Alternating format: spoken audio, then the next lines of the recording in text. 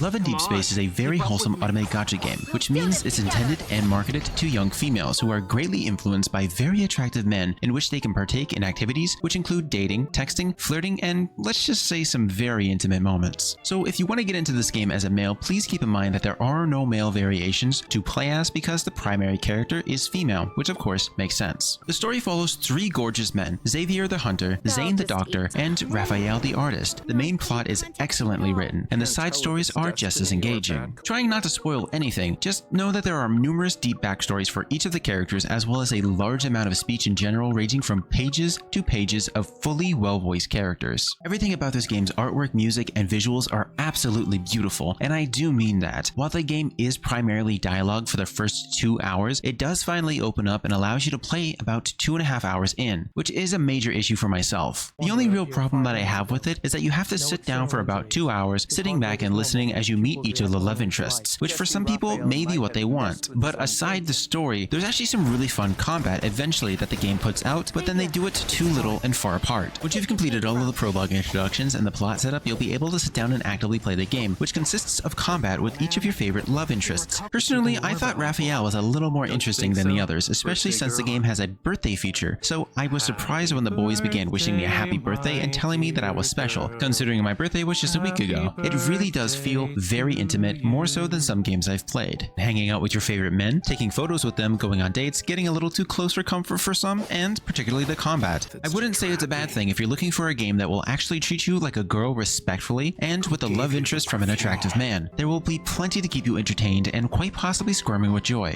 I can definitely see the appeal of the Otome game series out there. This isn't exactly expressing any explicit scenes, as I'm used to seeing the male variants of these types of games, which is very refreshing. But once again, this is not a game aimed at my demographic, so all I can say is that I had a very unique experience with it and understand the appeal.